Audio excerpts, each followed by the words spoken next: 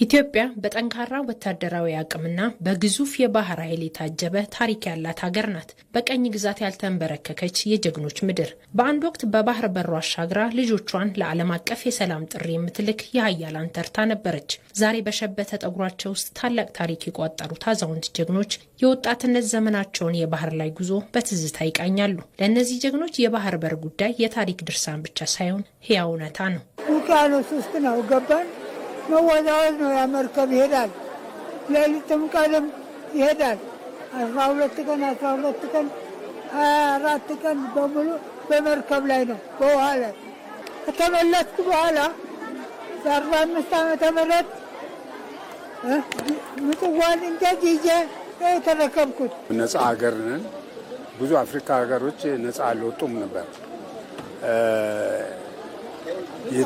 የተጠየቀን በዛን ጊዜ ለእርዳታ ለኮሪያ የተጠየቀው የኢትዮጵያ መንግስት ነው።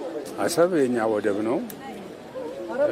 መርከቡ በዛ ስለቀረበ በጅቡቲ በኩል ወጣን። ከዛም በኋላ አስፈላጊውን ስማችን ጠብቀን የሀገራችንን ስም ጠብቀን ተዋግተን ተመልሰን ወደ ሀገራችን ከአንድ ዓመት በኋላ ወደ ሀገራችን ተመልሰን መጣን። ይህ የባህር በር ጥያቄ ዛሬ ላይ የሚሊዮኖች ኢትዮጵያውያን የህልውና ጉዳይ ሆኗል። ኢትዮጵያ ለዓለም የሚተርፍ ጀግንነት እያላት በባዳና ባንዳ ሴራ ወደብ አልባ ሆና መቀጠሏ የታሪክ ስህተት ብቻ ሳይሆን ታላቅ የኢኮኖሚና የደህንነት ስጋት ነው። ከዚህ ቀደም አሰብም ብዙ ጊዜ ሰራ ነበረ። እኔ በዛን ጊዜ ብዙ ቦታ ደርሻለሁ።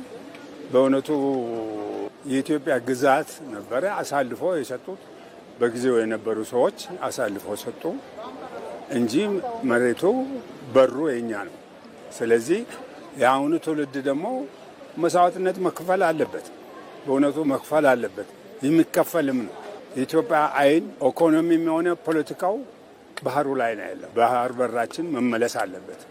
የወደብ ጥያቄ የትውልድ ጥያቄ ሆኖ የዘመኑን አርበኝነት የሚጠይቅ ትልቅ ኃላፊነት ጥሏል። ወጣቱ በዲጂታል ዲፕሎማሲ የኢትዮጵያን ትክክለኛ ፍላጎት ለዓለም በማሳወቅና በቴክኖሎጂ ዘርፍ በመሰማራት ለኢኮኖሚ ግንባታ የጀርባ አጥንት ሊሆን ይገባዋል።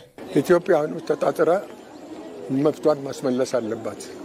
ይሄ ባህሩ የኛው ነው፣ ጊዜያዊ ነው።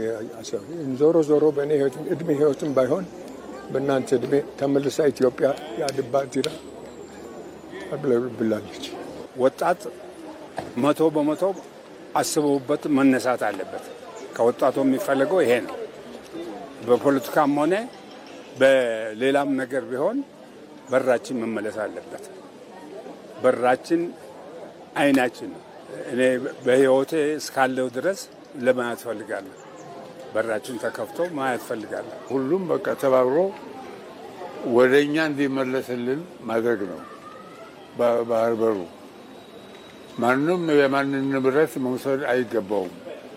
ይህንን እንዳይና መንግስት እንዲወስንልን ነው። ኢትዮጵያ የጀመረችው የዲፕሎማሲና የወደብ ባለቤትነት ጉዞ ዳር እንዲደርስ የሁሉም ዜጋ በተለይም የወጣቱን ንቁ ተሳትፎ ወሳኝ ነው። የታሪክ ባለቤትነትን ከዘመናዊ ዲፕሎማሲ ጋር በማጣመር የነገዋን ብሩህና በባህር በር የደመቀች ኢትዮጵያ መገንባት የዛሬው ትውልድ የቤት ስራ ነው።